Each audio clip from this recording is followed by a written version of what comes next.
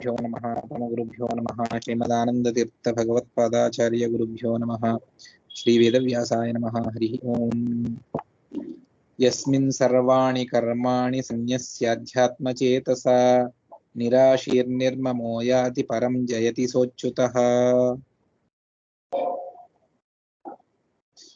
धर्म विज्ञान वैराग्य परमैश्वर्यशालिनः आनन्दतीर्थ भगवत्पादान् वन्दे निरन्तरम्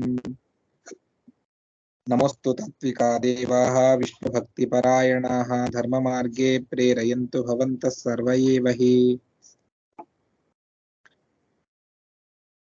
आनन्दतीर्थोपदिष्टो निधिर्नारायणः पयः प्रदर्शितो येन सम्यक् जयतीर्थं तमश्रये नौमि न्यायसुधादिकर्ज्ये मुनीन् श्रीपादराट्सन्मणीन् व्यासार्यान् विविधागमब्धे भैरान् श्रीवादिराजान् पे वन्देऽहं सवरान् रघुत्तमगुरून् वैदग्ध्यवरां निधीन् श्रीसत्यव्रतराघवेन्द्रमुनिपान् सद्बोधसध्यानपान् सत्याभिनवजो वेदवेत्ता गुरुवर्पिता किमः सत्याधीशो वर्तमान् निर्जिता शेषमाणिपक सत्यधीरकराब्जोत्थाज्ञानवैराग्यसागरः सत्यज्ञानाख्यतरणिः स्वान्तध्वान्तं निकृन्ततु आसेतो रातुषारात्रयो दिशो हितवान्मोह सत्यध्यानगुरुः पातु इतीन्द्रैरविपूजितः सत्याविघ्नकराब्जोत्तान् पञ्चाशद्वर्षपूजकान् सत्यप्रमोदतीर्थार्यान् नौमि न्यायसुधारतान् शास्त्रेषु पारदर्शिपानं शास्त्रज्ञेषु च वत्सलं दीनभक्तोद्धारकं सत्यात्मानं गुरुं भजे विद्यापीठ विधातारं विद्यावारिधिचन्द्रं विद्यार्थिवत्सलं वन्दे महामहिमसद्गुरुम् आपादमौलिपर्यन्तं गुरूणामाकृतिं स्मरेत् तेन विघ्नाः प्रणश्यन्ति सिद्ध्यन्ति च मनोरथाः श्रीगुरुभ्यो नमः ఇది 37 శ్లోకాల ఒక చిన్న గ్రంథం శ్లోక రూపంలో ఆచార్యుల వారు రచన చేసింది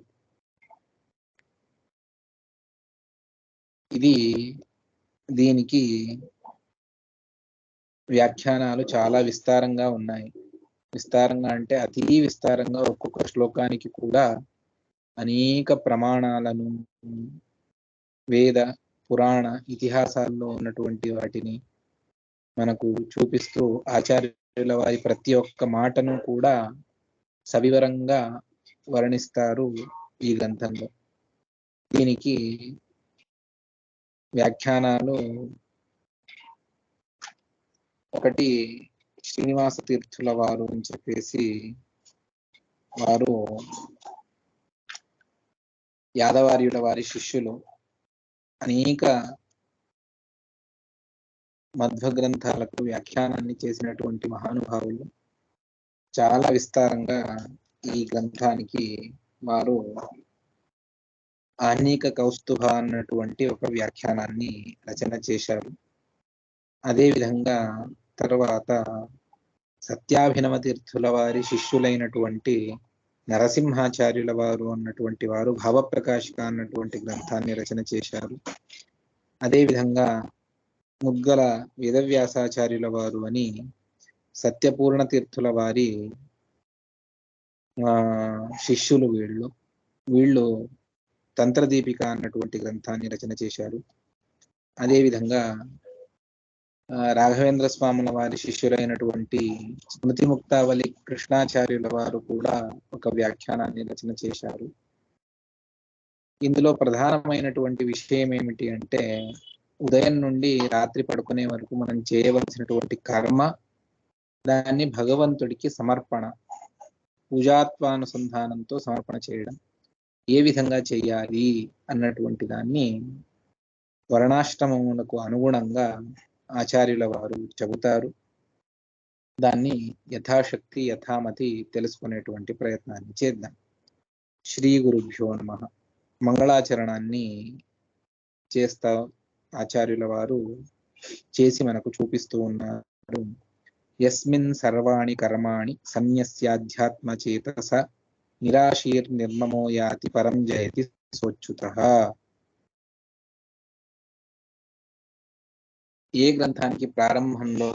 గ్రంథానికైనా ప్రారంభంలో మంగళాన్ని ఆచరణ చేయమని చెబుతారు ఎందుకు అంటే ఆ మంగళాన్ని ఆచరించడం వల్ల అది దేవతా స్తుతి నతి రూపమైనటువంటి మంగళం ఒక్కొక్కరు ఒక్కొక్క విధంగా చేస్తారు అది కాయిక వాచిక మానసిక అన్నటువంటి మంగళం దాన్ని చేసిన తర్వాత ఆ గ్రంథంలో నివేశన చేయాలి గ్రంథంలో దాన్ని రాసి ఆ గ్రంథాన్ని ప్రారంభించారు. సామాన్యంగా మంగళాచరణాన్ని ఎందుకు చేయమని శాస్త్రం చెబుతుంది అంటే, ఆ గ్రంథం, వారు రాసేటువంటి గ్రంథం నిర్విఘ్నంగా పరిసమాప్తి అవ్వాలి, దాన్ని చదివేటువంటి శిష్యులకు ప్రయోజనం చేకూరాలి, వారి అధ్యయనానికి అది నిర్విఘ్నంగా, వారి అధ్యయనం, చదివేటువంటి శిష్యుల అధ్యయనం నిర్విఘ్నంగా జరగాలి. ఈ విధంగా అనేక కారణాలు ఉన్నాయి. అందులో ఇక్కడ ఆచార్యుల వారికి ఈ విఘ్నాలు ఎందుకు వస్తాయి అన్నటువంటిది ఒక ప్రశ్న. దానికి జవాబు చెబుతారు. పాపం ఉంటేనే విఘ్నం, పాపం ఉంటేనే రోగం, పాపం ఉంటేనే అజ్ఞానం. అన్ని పాపం వల్లనే మనకు సంక్రమిస్తాయి.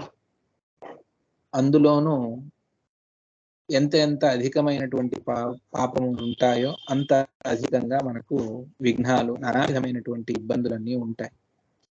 మరి ఆచార్యుల వారు మంగళాచరణాన్ని మధ్వాచార్యుల వారు చేస్తూ ఉన్నారు, మరి వారికి కూడా విఘ్నాలు ఉన్నాయా అంటే వారికి ఏ విధమైనటువంటి విఘ్నాలు లేవు. విఘ్నాలు లేవు. కానీ ఆచార్యుల వారి స్వభావమే నిరంతరంగా భగవంతుణ్ణి ఆరాధించడం, అది వారి స్వభావం. 24/7 అనండి, లేకపోతే 365 days అనండి, ఏమంటారు, అనాద్య అనంత కాలంలో నిరంతరంగా ఆచార్యుల వారు భగవత్ స్మరణ చేస్తూనే ఉంటారు. ఆ విధంగా స్వభావానుసారంగా చేసినటువంటి దాన్ని ఇక్కడ పొందుపరిచారే తప్ప ఇది నిర్విఘ్నంగా పూర్తి అవ్వాలి అన్నటువంటి ఉద్దేశంతో కాదు. ఎందుకు అంటే వాళ్ళకు పాపములే లేనప్పుడు విఘ్నాల ప్రసక్తినే లేదు. విఘ్నమే లేనప్పుడు నిర్విఘ్నం కొరకు ఎందుకు మంగళాచరణాన్ని చేయాలి అన్నటువంటి ఒక ఆలోచన కలుగుతుంది. దీన్ని ఉద్గ్రంథాలలో స్వయం టీకాచార్యుల వారు చూపిస్తారు. అదే విధంగా వ్యాఖ్యానకారులు అనేక విధాలుగా దాన్ని సమర్థన చేస్తారు.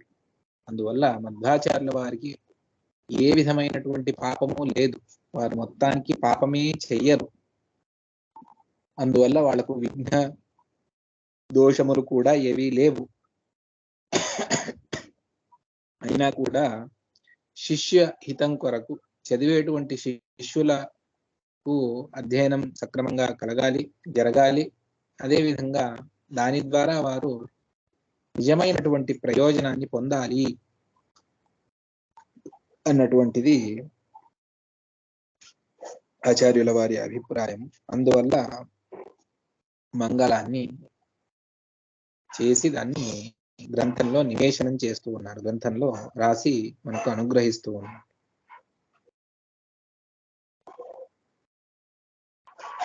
యస్మిన్ సర్వాణి కర్మాణి సన్యస్య అధ్యాత్మ చేతసా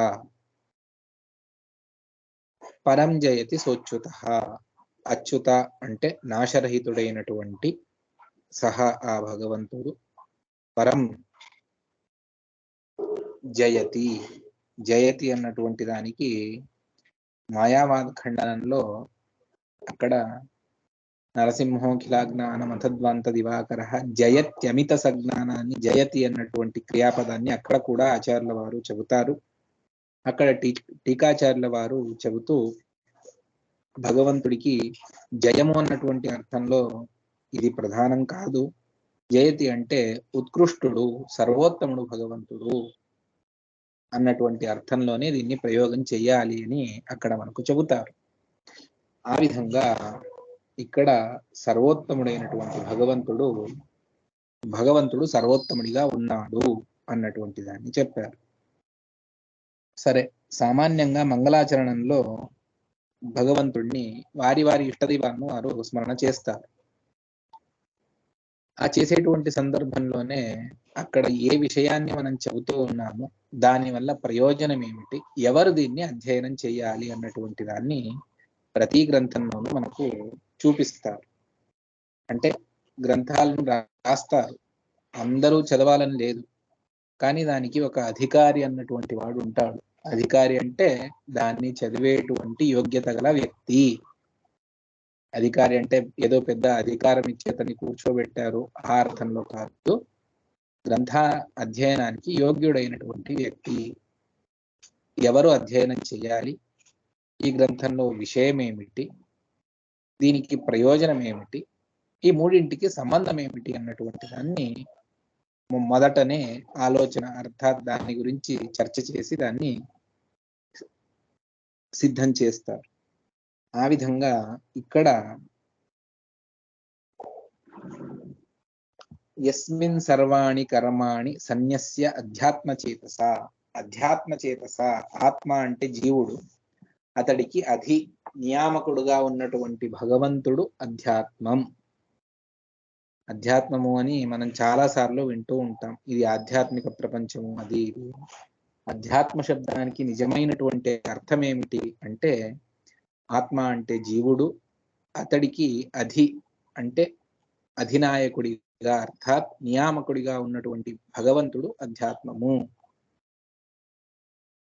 అతడి యందు చేతస, చేతస్సు అంటే జ్ఞానము అని ఒక అర్థం ఉన్నది, చేతస్సు అంటే మనస్సు అన్నటువంటి అర్థం కూడా ఉన్నది.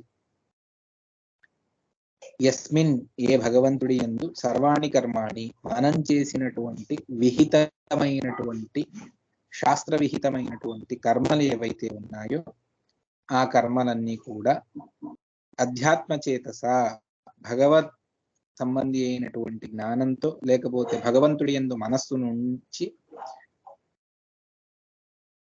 సన్యస్య, సన్యస్య అంటే కర్మ సన్యాసము అని, దాన్ని సన్యాసం అంటే అన్నింటినీ వదిలిపెట్టడం, కర్మ సన్యాసం అంటే కర్మలను వదిలిపెట్టడం అన్నటువంటి అర్థాన్ని వేరే వాళ్ళు చేస్తారు, కానీ అది తప్పు అంటారు ఆచార్యుల వారు. ఎందుకు అంటే దానికి గీతలో ఆచార్యుల వారే గీతా వ్యాఖ్యానంలో చెబుతారు, సన్యస్య అంటే భగవంతుడే ఈ కర్మలను ప్రధానంగా స్వతంత్రంగా చేసేటువంటి వాడు భగవంతుడే అని సమర్పణ చేయడం ఏదైతే ఉందో దాన్ని సన్యాసము అని పిలుస్తారు. అంటే మనం చేసేటువంటి ప్రతి ఒక్క కర్మ, శ్వాసోచ్ఛ్వాస మొదలుకొని ప్రతి ఒక్కటి కూడా అది భగవంతుడు స్వతంత్రంగా చేస్తాడు, నా ద్వారా చేయిస్తాడు అన్నటువంటివి రెండు అంశాలు. ఆ విధంగా ఇక్కడ యస్మిన్ సర్వాణి కర్మాణి, ఏ భగవంతుడి యందు అధ్యాత్మ చేతస, ఆ భగవంతుడి యందు మనస్సు ఉంచి సకల కర్మలను ఆ భగవంతుడే చేస్తాడు అని సమర్పణ చేయడం. అది కూడా ఏ విధంగా అంటే నిరాశీహి నిర్మమః అని రెండింటిని చెబుతారు. సామాన్యంగా మనిషి ఏదైనా ఇస్తూ ఉన్నాడు అంటే లాభాపేక్ష లేకుండా దీన్ని చేయడు. ఇది సామాన్యంగా మనిషి యొక్క స్వభావం. అందువల్ల ఇన్ని కర్మలను నేను చేస్తూ ఉన్నాను అంటే దీనికి తగినటువంటి ఫలితం నాకు రావాలి అన్నటువంటి సకామ బుద్ధితోనే మనిషి చేస్తూ వెళతాడు. కానీ ఇక్కడ ఆచార్యుల వారు చెబుతారు, ఇది సకామంతో నిత్య నైమిత్తిక కర్మలను మీరు చేయవద్దు. ఫలాపేక్ష అన్నటువంటిది లేకుండా భగవంతుడి అనుగ్రహం, భగవంతుడి యందు భక్తి, జ్ఞానం, భగవంతుడి అనుగ్రహం, ఈ మూడింటిని వదిలిపెట్టి మిగిలినవన్నీ కూడా సకామం అని చెబుతుంది శాస్త్రం. అందువల్ల ఈ మూడింటిలో భగవత్ తత్వజ్ఞానం, భగవంతుడి యందు భక్తి, భగవంతుడి ప్రీతి, అర్థాత్ ఈ కర్మలను చేయడం ద్వారా భగవంతుడు సంతోషించి మనల్ని అనుగ్రహించడం, ఈ మూడు కూడా నిష్కామం. అందువల్ల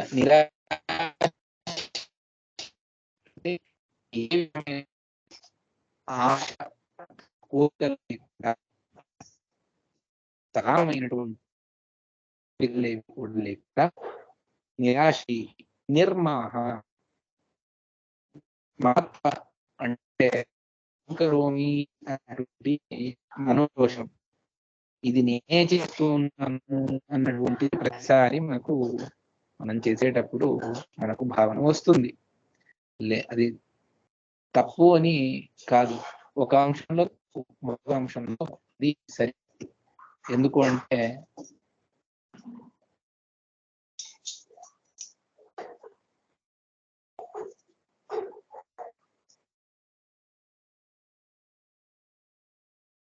నిరాశి ఏ విధమైనటువంటి ఫలాపేక్ష అన్నటువంటిది లేకుండా నిర్మహ, అహంకరోమి అన్నటువంటి మనోదోషం, ఇందులో రెండు భాగాలు అని చెప్పాను. అహంకరోమి అంటే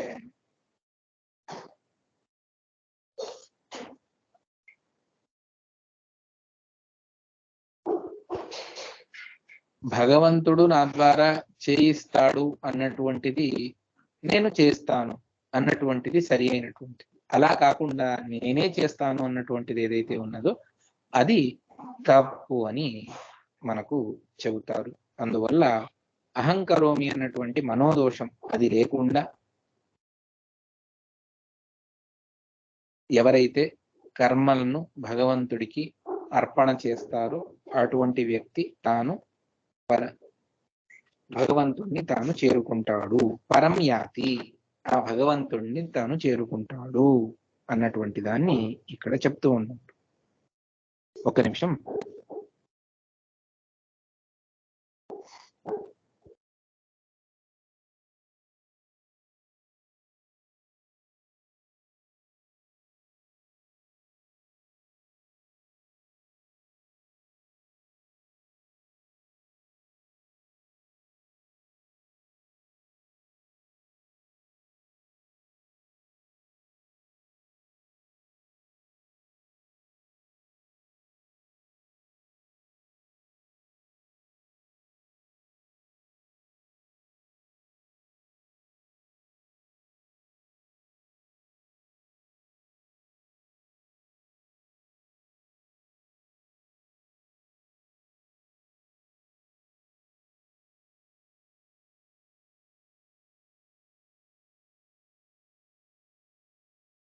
హరయన్మహ.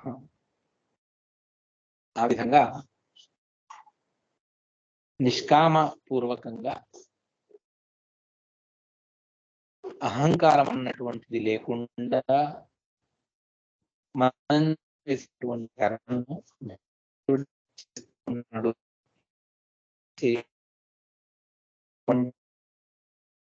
బ్రేక్ అవుతుంది.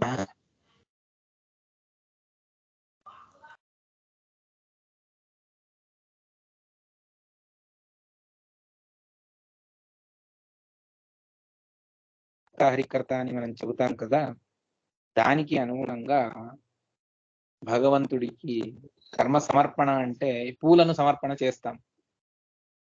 ఆ విధంగా తులసి సమర్పణ చేయొచ్చు. గంధం అయితే అది ఒక వస్తువు సమర్పణ చేయొచ్చు. కర్మ ఇది ఏమిటి? దాన్ని సమర్పణ చేయడం అంటే ఏమిటి అంటే భగవంతుడు స్వతంత్రంగా చేస్తాడు, అతడి అధీనంగా నేను చేస్తాను అన్నటువంటి ఒక మన మానసికమైనటువంటి వృత్తి అని పిలుస్తాం శాస్త్రంలో. అదే సమర్పణ అంటే. సమర్పణ అంటే వేరే ఏం లేదు, ఇంతే. భగవంతుడు స్వతంత్రంగా ఏ కర్మనైనా భగవంతుడు స్వతంత్రంగా చేస్తాడు, నా ద్వారా చేయిస్తూ ఉన్నాడు, నేను చేస్తాను. అతడు చేయిస్తాడు, అతడి అధీనంగా నేను చేస్తాను అన్నటువంటిదే ఇది సమర్పణ. నాహం కర్త కర్త అనేది అదే ఇందాక నేను చెప్పాను కదా, నాహంకర్త హరికర్త అని.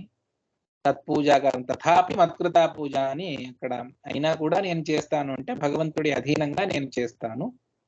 అందువల్ల ఇదే కర్మ సమర్పణ. ఈ విధమైనటువంటి కర్మ సమర్పణ చేయడం ద్వారా భగవంతుడిని మనం చేరుకుంటాము అని చెప్తూ ఉన్నారు. ఈ విధంగా చెప్తూ దీనికి ఎవరు ఈ గ్రంథాన్ని అధ్యయనం చేయడానికి అధికారులు అంటే నిర్మమ, మమత్వ అహంకరోమి, నేను చేస్తాను అంటే భగవంతుడు లేకుండా నేనే చేస్తాను అని ఎవరైతే అనుకుంటారో అటువంటి వారికి ఈ గ్రంథం కాదు. ఆ మనోదోషం లేనటువంటి వ్యక్తులు ఎవరైతే ఉన్నారో ఆ వ్యక్తులు ఇక్కడ అధికారి, అర్థాత్ అతడు దీన్ని అధ్యయనం చేయాలి.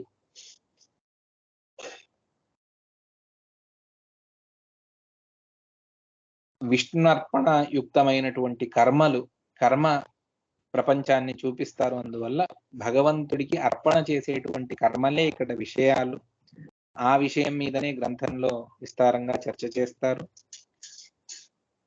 భగవంతుడి తత్వజ్ఞానం ఇది అవాంతర ఫలం, మోక్షం ఇది ప్రధాన ఫలం అని ఈ విధంగా అధికారి ఎవరు చదవాలి, ఎవరు ఈ గ్రంథంలో విషయం ఏమిటి, అదే విధంగా ప్రయోజనం ఏమిటి, మూడింటిని చెప్పి ముందుకు వెళుతూ ఉన్నారు ఆచార్యులు. ఇక్కడ ఒక ప్రశ్న కలుగుతుంది. ఏమిటంటే, అడుసు తొక్కనేల కాలు కడగనేల అని మనం ఒక సామెతను వింటాం. కర్మలను చేస్తూ బంధనంలో పడడం ఎందుకండి, కర్మలను వదిలిపెట్టేస్తే పోలా అన్నటువంటి ఒక భావన. దానికి అనుగుణంగా కర్మల్ని చేయడం వద్దు అనంటే దానికి ఉపనిషత్తు, అదేవిధంగా భాగవతము మొదలైనటువంటివన్నీ కూడా మనిషికి కర్మలను విధానం చేస్తూ ఉన్నాయి. అవశ్యంగా కర్మలను తన యోగ్యమైనటువంటి, తన వర్ణాశ్రమోచితమైనటువంటి కర్మలను అవశ్యంగా చేయాలి అన్నటువంటిదే మనకు చెప్తూ ఉన్నారు. అదేమిటి అంటే, ఈశావాస్య ఉపనిషత్తు మనకు చెబుతుంది. కుర్వన్నేవేహ కర్మాణి జిజీవిషేత్ శతం సమాహ. 100 సంవత్సరాలు బ్రతకాలి అనుకుంటే తాను కర్మలను అవశ్యంగా ఆచరణ చేయవలసిందే. కర్మత్యాగాన్ని చేసి నేను ఉంటాను అనటం సరికాదు. ఇది అపరోక్ష జ్ఞానులకు కూడా కర్మ అనివార్యము. అలా అని కేవలం కర్మనే చేసుకుంటూ పోకూడదు. కర్మ సంక్షేపాన్ని చేసి జ్ఞానం కూడా ఒక యజ్ఞమే, అర్థాత్ తత్వజ్ఞానాన్ని చేసుకోవడం కూడా విశిష్టమైనటువంటి కార్యం. అందువల్ల దాన్ని సమతోలన చేసుకొని చెయ్యమని చెబుతారు. ఈ విధంగా కుర్వన్నేవేహ కర్మాణి జిజీవిషే శతం సమాహ అన్నటువంటి ఈశావాస్యం 2వ మంత్రంలోనే దాన్ని చెబుతారు. సంధ్యోపాస్త్యాది కర్మాణి వేద తంత్రోదితాని మే పూజాంతే కల్పయేత్ సమ్యక్ సంకల్ప కర్మపావనః అన్నటువంటిది భాగవతంలో 11వ స్కందంలో స్వయంగా భగవంతుడే చెబుతాడు. సంధ్యోపాసనమే మొదలైనటువంటి కర్మలు అవి ఎటువంటివి అంటే వేద తంత్రోదితాని, వేదముల్లో తంత్రశాస్త్రముల్లో చెప్పినటువంటి అవి. ఇంకెటువంటివి అంటే మే పూజాంతై కల్పయేత్, అవి భగవంతుడి పూజగా అనుసంధానం చేసి ఆ కర్మలను చెయ్యాలి అని స్వయంగా భగవంతుడు ఆదేశించాడు. అందువల్ల ఈ విధంగా కర్మల గురించి అవశ్యంగా చెయ్యమని శాస్త్రములే చెప్తూ ఉన్నాయి. దాని ద్వారానే తత్వజ్ఞానము అన్నటువంటిది కూడా మనకు చెబుతాయి. అందువల్ల కర్మలను వదిలిపెట్టుకొని నేను బంధముక్తుడనవుతాను అంటే కుదరదు. అవశ్యంగా ప్రతి ఒక్కరూ కూడా కర్మలను చేసి తీరాలి. స్వవర్ణాష్టమోచితమైనటువంటి కర్మలను ఆచరించాలి. దాన్ని ఇంతాక చెప్పినటువంటి భగవంతుడికి సమర్పణ చెయ్యాలి అన్నటువంటిది మనకు ఆచార్యుల వారి ఈ మొదటి శ్లోకం ద్వారా మనకు చెబుతారు. ఇక్కడ అనేక మాటలను మనకు వ్యాఖ్యానాల్లో చెబుతారు. ఎక్కడ కావాలి అక్కడ చెబుతాను, ఎక్కడ అతి విస్తారంగా ఉన్నటువంటి దాన్ని మనం వదిలిపెట్టుకొని ముందుకు వెళదాము అని చెబుతూ,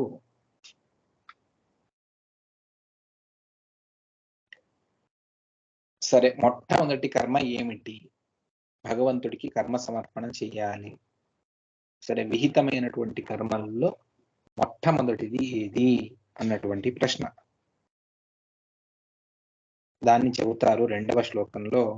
స్మృత్వా విష్ణుం సముత్థాయ కృత శౌచో యథావిధి దౌతదంతః సమాచమ్య స్నానం కుర్యాద్విధానతః.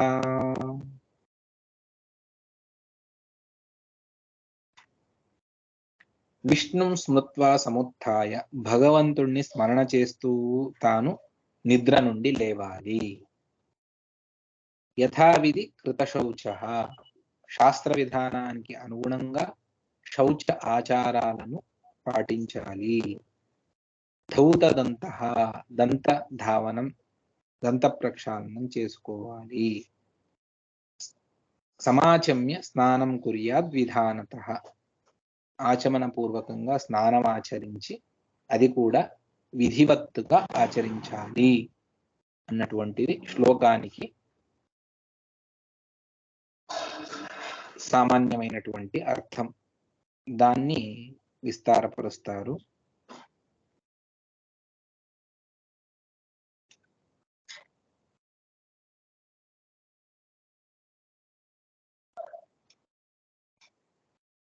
ఉషఃకాలే సముత్తిష్టేత్ సర్వదా వైష్ణవో నరః అని వరాహ పురాణంలో ఈ మాట మనకు తెలిసి వస్తుంది. ఉషఃకాలే సముత్తిష్టేత్, ఉషఃకాలం, ఆ కాలంలో మనం నిద్ర నుండి లేవాలి. వైష్ణవో నరః ప్రక్షాళ్య పాణిపాదౌ చ తత ఆచమ్య భక్తితః సుఖాసీన స్మరేన్నిత్యం మదీయం ఇష్టదేవతాం అన్నటువంటి మాట వరాహ పురాణం చెబుతుంది.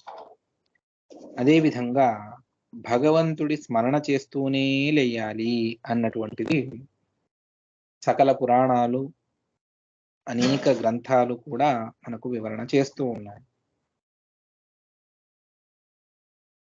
వ్యాసుల వారు ఒక మాటను చెబుతారు. ప్రాతర్భజామి భవభీతి మహార్తి శాంతి నారాయణం గరుడవాహనమబ్జనాభం గ్రాహాభిభూత వరవారణ ముక్తిహేతుం చక్రాయుధం తరుణవారిజ పత్రనేత్రం అని ఇక్కడ ప్రాతర్భజామి నిద్ర లేచిన వెంటనే భవభీతి మహార్తి శాంతి సంసారం అనేటువంటి అతి గహనమైనటువంటి పెద్ద ఆర్తి మనోవేదన ఇది ఒక విధంగా, దాని శాంతి కొరకు గరుడవాహనం అబ్జనాభం, ఆ గరుత్మంతుడిపై అధిష్ఠించినటువంటి కమలనాభుడైనటువంటి నారాయణుణ్ణి ఎటువంటి వాడు అంటే గ్రహాభిభూత వరవారణ ముక్తిహేతుం, ఆ గజేంద్రుణ్ణి రక్షించినటువంటి చక్రాయుధధారి అయినటువంటి అప్పుడే వికసించినటువంటి కమలం వలె కన్నులు గల భగవంతుణ్ణి స్మరణ చేయాలి అని. ఇక గజేంద్ర మోక్షాన్ని అవశ్యంగా పఠనం చేయాలి అన్నటువంటిది చాలా గ్రంథాలలో మనకు కనిపిస్తుంది. తర్వాత మరొక మాటను కూడా వ్యాఖ్యానంలో చెబుతారు.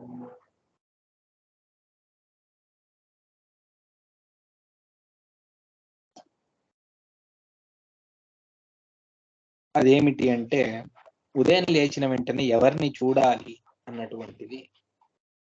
శ్రోత్రియం శుభగాం గాంచ గురుమగ్నిచితం తథా ప్రాతరుత్థాయ పశ్యేత్ ఆపద్భ్యః ప్రముచ్యతే.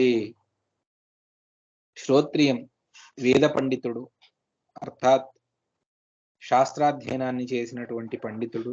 శుభగాం మంచి ముత్తైదువ స్త్రీ, గాం గో కనిపిస్తే, గురుం గురువుల వారిని, అగ్నిచితం తథా అగ్నిహోత్రాన్ని చేసేటువంటి బ్రాహ్మణుడు, లేకపోతే అగ్నిహోత్రాన్ని, ప్రాతరుత్థాయ పశ్యేత్ ఎవరు లేచిన వెంటనే వీటిని దర్శనం చేసుకుంటారో వారు ఆపదల నుండి విముక్తులవుతారు.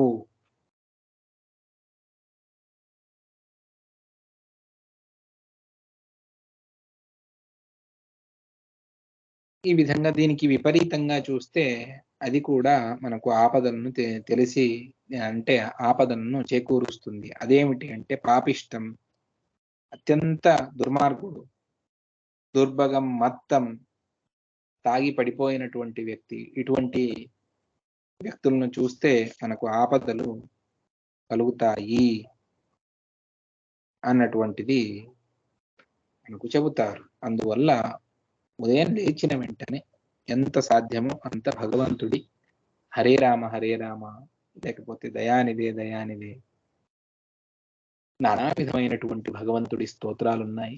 మానసికంగా భగవంతుడిని నామస్మరణ చేస్తూ లేచినా కూడా ఎంతో విశిష్టత ఉన్నది. అందువల్ల అవశ్యంగా మనం భగవంతుడిని స్మరణ చేసుకుంటూనే లేయాలి. స్మృత్వా విష్ణు, భగవంతుడి స్మరణతో సముత్థాయ నిద్ర నుండి లేవాలి. అది కూడా ఎలా అంటే దాన్ని కూడా స్పష్టం చేస్తారు.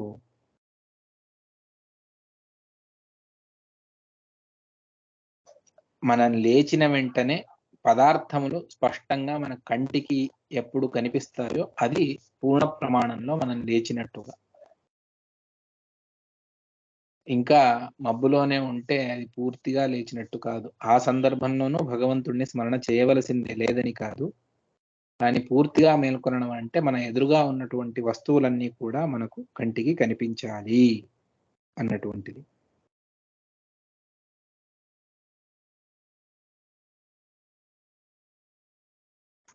ఇక ఇందులో ఎప్పుడు లేయాలి అంటే ఉషఃకాలము అని, అది బ్రాహ్మ ముహూర్తము అని కూడా మనకు చెబుతారు. ఆ సందర్భంలోనే ఇది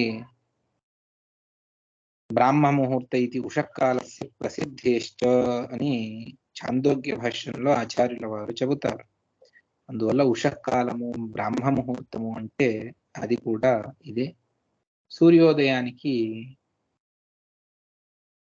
అది మనం ఘటికల్లో లెక్క చెబుతారు. సామాన్యంగా తెలుసుకోవడం అంటే 4-4:30 మధ్యలో లేయాలి అన్నటువంటిది. ఆ విధంగా లేచి తర్వాత మిగిలిన కార్యక్రమాలను, ఇది ప్రతిరోజు ద్వాదశి ఇటువంటి దినాల్లో అయితే కాస్త వేరుగా ఉంటుంది. ఇంకేదైనా గ్రహణ సందర్భాల్లో అటువంటివైతే అది కూడా వేరుగా ఉంటుంది. అందువల్ల బ్రాహ్మ ముహూర్తంలో లేచి భగవంతుడిని స్మరణ చేస్తూ తాను నిద్ర నుండి లేయాలి అన్నటువంటిది. తర్వాత శౌచాచారాలను కృత శౌచౌ యథావిధి అని చెబుతారు. శౌచ ఆచారాలను సరిగ్గా మనం పాటించాలి అని మనకు చెబుతారు. అది 2 విధాల శౌచం. శౌచే యత్నం సదా కుర్యాత్ శౌచమూలో యతో ద్విజః శౌచాచార విహీనస్య సమస్తా నిష్ఫలాః క్రియాః. శౌచే యత్నం సదా కుర్యాత్, ఆ శుచి కొరకు తాను నిరంతరంగా ప్రయత్నం చేయాలి. ఎందుకు అంటే బ్రాహ్మణులకు ఆ శుద్ధినే చాలా విశిష్టంగా ఉన్నది.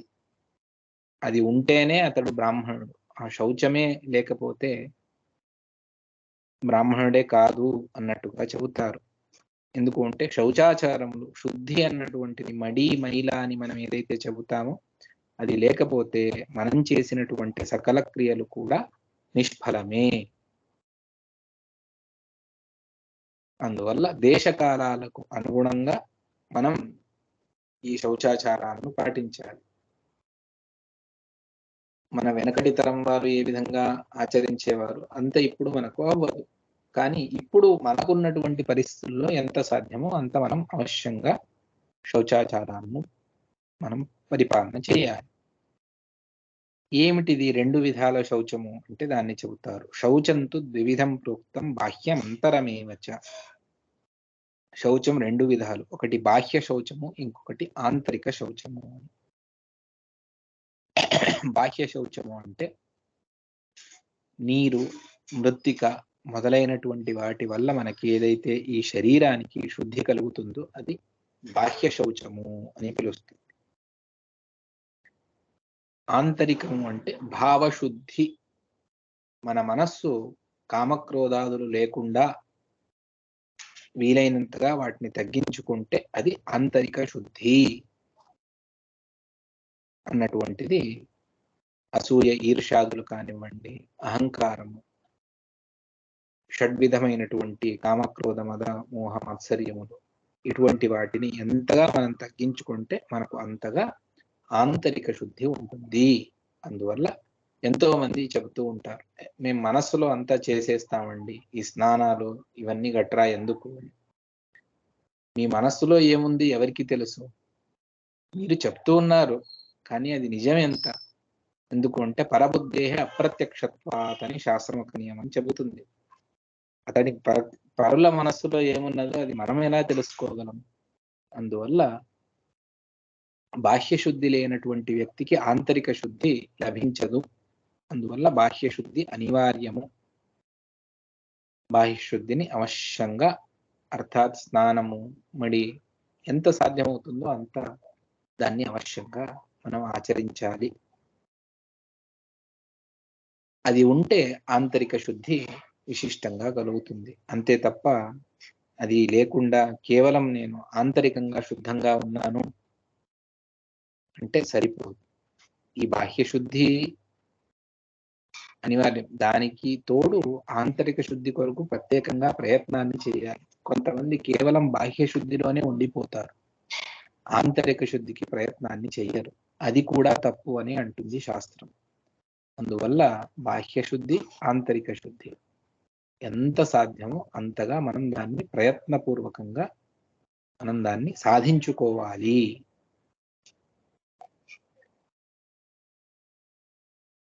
ఈ విధంగా శౌచంలో 2 విధములు.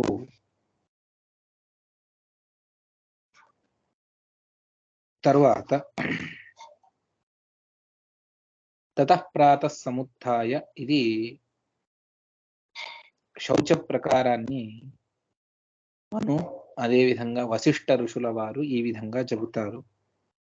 అదే ఇది ఎంతగా మీరు విస్తారంగా చేసుకుంటూ వెళితే అంత విస్తారం అవుతుంది. ఊరికే అంటే నేను చెప్పడం నా అభిప్రాయం ఏంటి అంటే, ఇది ఉన్నది అని మనకు తెలిసైనా తెలియాలి. మనం ఆచరిస్తామో అది వదిలిపెడతామో అది తర్వాత విషయం. ఈ విధంగా శాస్త్రం ఉన్నది అని మొట్టమొదట మనం తెలుసుకోవాలి. తర్వాత క్రమంగా భగవంతుడు చేయిస్తే సంతోషం, లేదు అంటే ఇది శుద్ధి, దీని ప్రక్రియ ఇది అని మనం తెలుసుకొని అయినా ఉండాలి. లేకపోతే నేను చేసిందే నియమము అని అయిపోతుంది, నేను చేసిందే శాస్త్రము అని, నేను ఇలాగే చేస్తాను, నాకు ఇదే అనుకూలము. నీ అనుకూలం వేరు, శాస్త్రం చెప్పింది వేరు. అందువల్ల అవశ్యంగా శాస్త్రంలో మహామహా ఋషులు, అపరోక్ష జ్ఞానులు, సాక్షాత్తు వేదద్రష్టులైనటువంటి ఎంతో మంది స్మృతి గ్రంథాలను రచన చేసి మనల్ని అనుగ్రహించారు. అటువంటి వారి యొక్క మాటలను మనం ఈ విధంగా తెలుసుకుందాం. ప్రాతః సముత్థాయ, ఉదయం లేచిన వెంటనే, కుర్యాద్ విణ్మూత్రమేవచ, భగవత్ స్మరణ మొదలైనటువంటివన్నీ చేసుకొని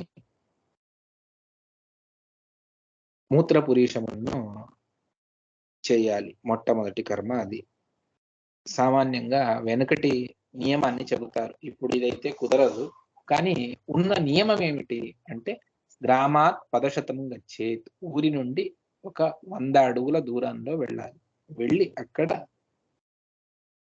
మనం దీన్ని ఆచరించాలి. నగరాచ్య చతుర్గుణం, నగరానికైతే దీనికి 4 రెట్లు అధికంగా. దివా సంధ్యాసు కర్ణస్థ బ్రహ్మసూత్ర ఉదంముఖ, ఎప్పుడైనా కూడా తన జంధ్యాన్ని కుడి చెవికి, కర్ణస్థ బ్రహ్మసూత్రం అంటే ఇక్కడ జనివారం అని, జంధ్యం అని, దాన్ని కుడి చెవిలో పెట్టుకొని, ఉదంముఖ, ఉత్తరాభిముఖంగా, ముఖం ఉత్తరంగా ఉండాలి.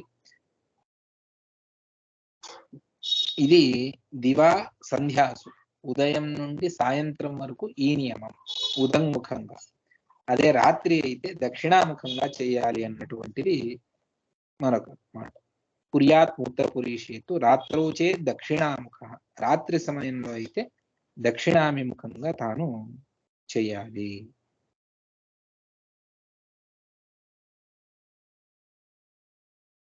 తర్వాత దాన్ని చేసిన తర్వాత పురీషాన్ని మట్టితో కప్పేయాలి.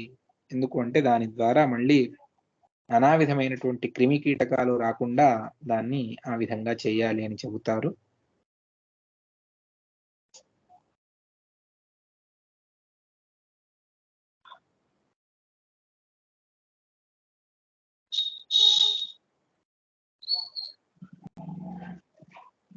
తర్వాత దాని శౌచ విషయంలో కొన్ని మాటలను చెబుతారు.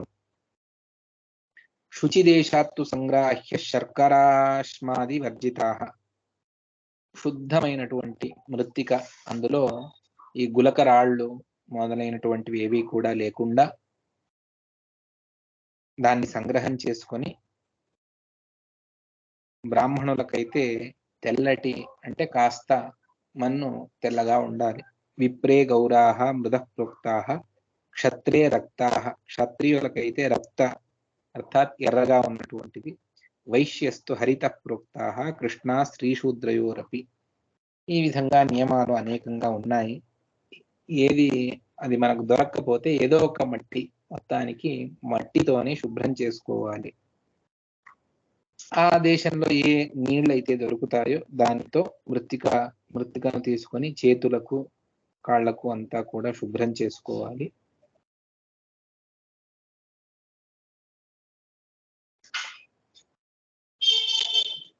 ఈ విధంగా చేయాలి. తర్వాత ఎక్కడ ఏ స్థానం నుండి అయితే అర్థాత్ మూత్ర పురుషములు అవుతాయో అక్కడ కూడా మృత్తికతోనే శుద్ధి అన్నటువంటిది నియమము.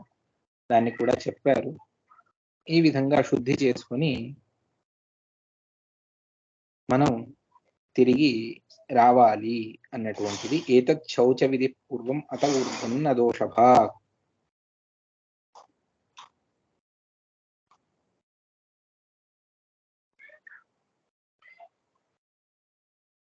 మరొక ఆపత్కాల నియమాన్ని మరొక దాన్ని చెబుతారు. ఇది వృద్ధ పరాశర అన్నటువంటి వారు చెప్పినటువంటి మాట. అరణ్యంలో ఉన్నాం, నీళ్లే ఎక్కడ దొరకలేదు. అదేవిధంగా రాత్రి సమయం, చోరుల భయం కూడా ఉన్నది. అటువంటి మార్గంలో ఉన్నప్పుడు మూత్రపురీషాలను చేస్తే ద్రవ్యహస్తో నదుష్యతి, అర్థాత్ చేతిలో మట్టిని తీసుకున్నా కూడా అది ఒక విధంగా శుద్ధినే. తర్వాత మళ్ళీ ఎక్కడ నీళ్లు దొరుకుతాయో అక్కడ మనం ఆ కాళ్లను చేతులను కడుక్కోవాలి అన్నటువంటిది ఇది వృద్ధ పరాశరుల వారి మాట. ఈ విధంగా చాలా సూక్ష్మానికి వెళతారు. ఎక్కడెక్కడ ఆపత్కాల ధర్మాలేమిటి, నిత్య ధర్మాలేమిటి, ఈ విధంగా చాలా విస్తారంగా చెబుతూ వెళతారు. ఇక్కడితో దీన్ని సమాప్తి చేసి మళ్ళీ రేపటి రోజున తెలుసుకుందాం. శ్రీకృష్ణార్పణమస్తు. కాయేన వాచా మనసా ఇంద్రియైర్వా బుద్ధ్యాత్మనా మానసృత స్వభావం కరోమి యద్యత్ సకలం పరస్మై నారాయణాయేతి సమర్పయామి. శ్రీకృష్ణార్పణమస్తు. హరయే నమః.